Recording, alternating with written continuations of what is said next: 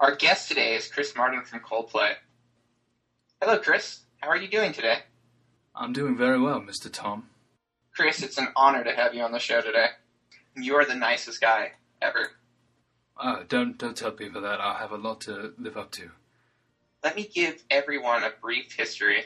Chris and the rest of the guys at Coldplay handpicked Carrick and my band back in 2007 to open for them at the Hollywood Bowl. And we've been flying ever since. If it wasn't for Chris, this podcast wouldn't be going down. Oh, now, Tom, don't be modest. Really, all the applause belongs to your band, the Montegrooves. A lot of people don't know this, but Carrick and Tom and the band played a contest for Guitar Center in 2007, and they won runner-up, kind of a battle of the bands sort of thing. Tom, do you remember the name of the band who won first place originally? I think it was the Fista Sisters. Oh my God, those guys were brutal. And the Fista Sisters were kind of a R&B, Salt and Pepper meets the Chemical Brothers. They had two Asian keyboard players, synthesizers, and two African-American singers and dancers. The Fista Sisters were absolutely amazing to watch and to listen to. I mean, the music rivals that of the Beatles and any other monumental rock band you can think of. I have to say, I think it was their violence on stage and the racial slurs, a lot of blood and a lot of hate. And if you close your eyes, you could tune it all out, but nobody there had their eyes closed. At one point, I looked over at both of the Asian keyboardists and realized they were both playing with only one hand, which I thought was incredibly talented, and looking right in my direction, the band Coldplay's direction. And with the other hands, they were both flipping us the bird, and this was going on for 5 minutes of song, just holding that left hand up with the middle finger while the other fingers, on the other hand were just playing away. That kind of hate. And they went from winning the concert to quickly being shunned and persecuted and basically chased out of town. I don't know if they're still together or if they were killed. And the ensuing attacks, I really can't say. I never followed up. Because we got to play with you, I've never felt like a runner-up, Chris. You're like a big brother to me. And I'm a huge fan of your work. With that being said, I'm going to pick on you, Chris. Mylo Xyloto feels like the label made this album, not Coldplay. How dare you, Tom? How dare you, Thomas? I'd scarcely say so anybody even listens to this podcast and they're going to hear that and they're going to hear you talking about, my album. I'd just slap you in the chin. If you're noticing a strange influence on the album, it's not the label, really. It's, be Brian Eno. He's done lots of fabulous work in the past, with David Bowie and people like that. And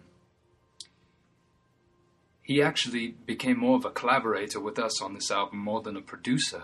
And over 2 years of touring with, Viva La Vida and being on the road, we wrote a lot of this music. It was kind of a gigantic creative process for Mylo Xyloto. His influence was permeating, and it was welcomed. This wasn't sort of an oppressive music producer, with a magnifying glass, micro-managing everything. This was a respected musician producer that helped us reach a certain potential that he could see in us. I've said it in another interview, he's kind of like Dumbledore. He'll give you a feather or a brass key, and he'll give it to you and say, you'll need this later. I'm not going to tell you why, but you'll need this later. And that's kind of the way Brian was with us. He knew the potential of what we could reach with the album and what we could do. And even after he was out of the studio, I mean, his influence was felt. I mean, his work ethic was transferred onto us. Almost every drum track in the album sounds like a hip-hop beat. Why? I mean, we're influenced by all music, really. I mean, there's nothing that we don't kind of let into the room with us when we're creating. There's no breeze that, we try to shake off musically. Any blues, rhythm and blues, rock and roll, pop, and, hip-hop is definitely something that influences us. Are you a fan of hip-hop, Chris? Actually, I'm sure you've heard the news about the passing of Eazy-E. Or is it Heavy D? I don't remember. I don't like hip-hop. But our drummer, Will Champion, is a huge, die-hard hip-hop fan. He's been very distraught about the passing of Heavy D. In fact, yesterday we played the Ellen DeGeneres show, which was really great. She's a kind-hearted lesbian woman. And I don't mean to offend her or just, put it out there as having a piss. When I say lesbian, I'm proud of her. I'm proud of her for admitting that she's one of the first. But that's neither here nor there, is it? We played the Ellen DeGeneres show, and yesterday evening, William could barely contain himself. I mean, really, you should have seen how distraught he was. I mean, he couldn't even get the $20 bills into the stripper's G-strings. I mean, it was ridiculous. He was crying all over the money. I had to drag him out of there, and that's hard to do. I mean, when I have to drag him out of there, it's not an off night, but usually I'm dragging him out of there because it's 4:30 in the morning and his wife's been calling and she's calling my cell phone and I gotta get him home. I don't usually drag him out because he's sobbing and telling stories about how he loved Heavy D's music.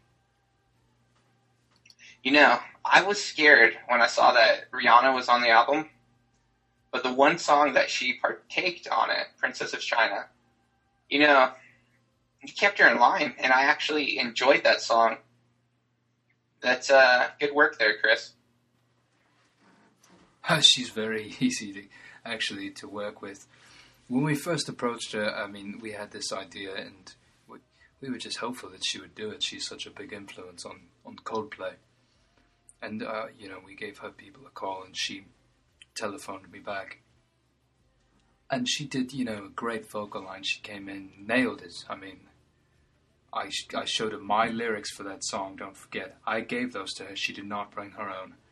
But I put them in front of her, and I didn't even have to tell her. She just heard the melody in her head, and after about, I don't know, it's 2 to 3 hours, she just had it going. She was in there by herself. Well, I had fallen asleep on the couch, but we woke up immediately in the recording booth. She hit record herself, and she ran real quick, got her cue, and started singing, and it was beautiful, and that's what you hear on the record. All right. There was a bit of an awkward moment.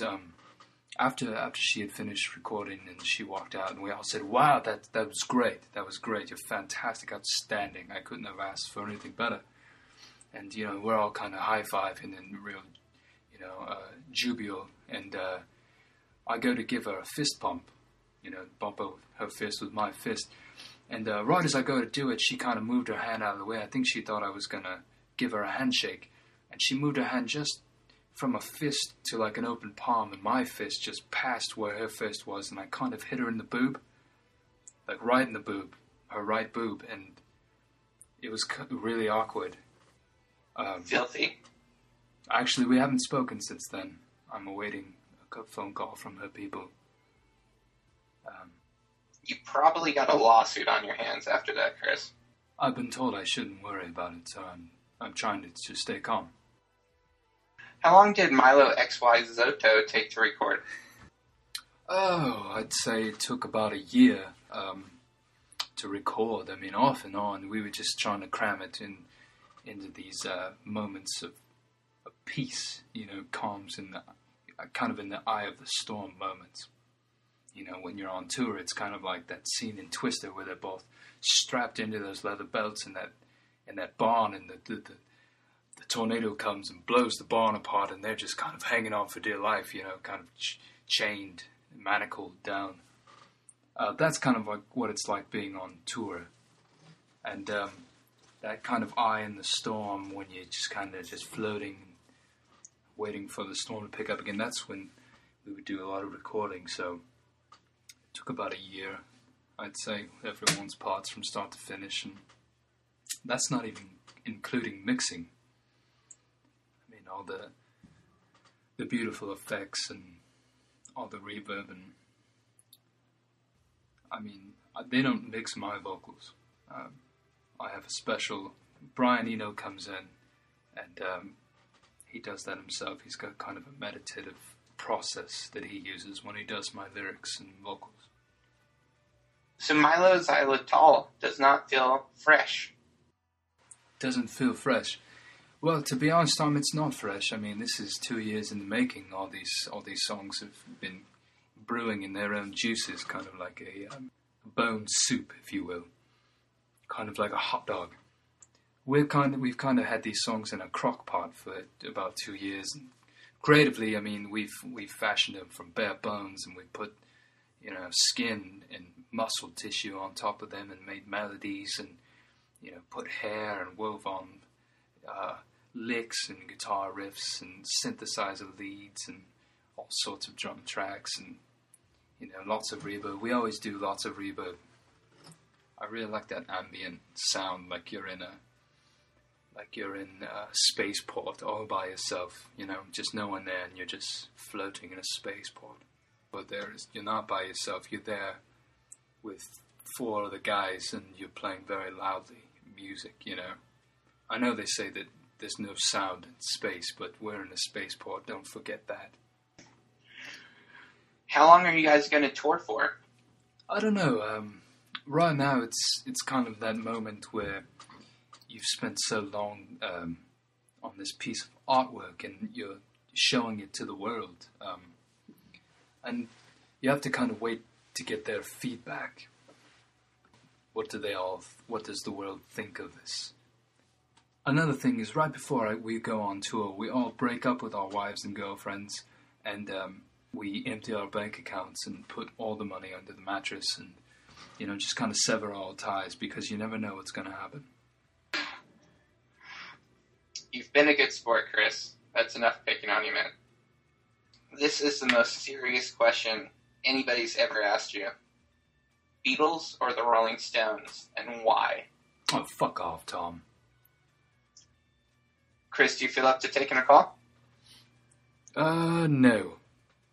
Santiago, 17, from Vallejo, California. You're on the air with Chris Martin.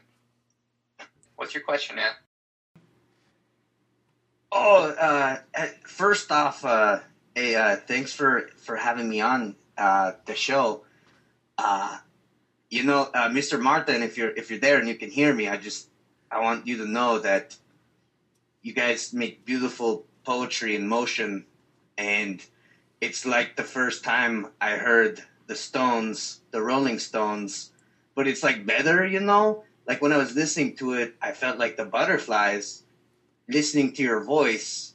And I'm not gay or anything, but I just want you to know that I appreciate your music, dude. Oh, thank you, sir. Thank you. What is it? What's your favorite track? Oh, that's so hard, man. Like, I was just thinking, like, Paradise is a good one, because, like, I just imagined myself with you, like, just 2 dudes, nothing gay, just hanging out on the beach, and, like, I kind of thought, like, hey, it'd be cool if we, like, scaled this, you know, palm tree and got the coconuts, and we drank the milk from the coconuts together. Like, how cool would that be? Yeah, because we need to drink while we're on the island, right? Absolutely. Mr. Martin, like, I was wondering if you if you needed, you know, maybe like an extra member, you know, for the group or whatever. I can do anything, dude. I can set up microphones. You know, I can just listen to you talk. Well, No, nothing gay, nothing like that. But, I can always use an extra hand. All right, Santiago, we'll get your contact information after the show's over. So you say you're from Vallejo, California. I mean, you're not really my demographic. Why? How do you get enjoyment out of Coldplay music? well, that's a simple answer, Mr. Martin. I live in kind of a harsh neighborhood. My dad's an old school, vato type. An OG. And I was in Walmart the other day, and I came across it, and I was like, Mylo Xyloto, what? And I picked it up, and I looked at it, and I literally had to sneak. I had to go and pay for it by myself and hide it in my jacket. Because if my dad found out I was listening to this dude, he'd beat me. So I get home, and I put on my headphones, and I kind of go inside, and I go into my room and turn out the lights so no one knows I'm there, and I go into the closet, and I sit in the closet listening to it, and it felt so magical that I just didn't want to come out of the closet. Wait, have you ever come out while you were listening to it? I'm still in there right now. Wow, that's deep. Is it like a big walk-in closet? Like it's hard to get out of sometimes? No, Mr. Martin. It's a pretty small closet that's got a lot of stuff crammed in there. So I don't want to come out yet. It sounds very lonely. I know how that feels. I mean, we all get lonely sometimes, and sometimes we need an escape. But just remember, it's a big wide world out there, and you can always come out and show your inner self to everyone. So thanks for listening. I'm glad you're a big fan. I'm glad you enjoy Mylo Xyloto. And keep trucking. Okay, Mr. Martin. Thank you very much. Thanks for having me on the podcast, guys. And, kisses from Vallejo. All right, bye. XO. All right, Chris, thank you so much for coming on today. And if anybody wants to follow Chris, all you got to do is turn on your TV because they're all over it right now. And go to Coldplay.com for his touring information. How do you say this, Chris? Am I saying it right? Go buy Mylo Xyloto because Chris needs more money. Hell yeah, I do. Buy my album. Whatever it's called. This has been Roctalkers every Friday at 6 Pacific Standard Time. And for more awesome rockin' and talking, like us on Facebook, check us out at piglet.com. And next Friday, we'll be reviewing Lulu, the new Metallica LP.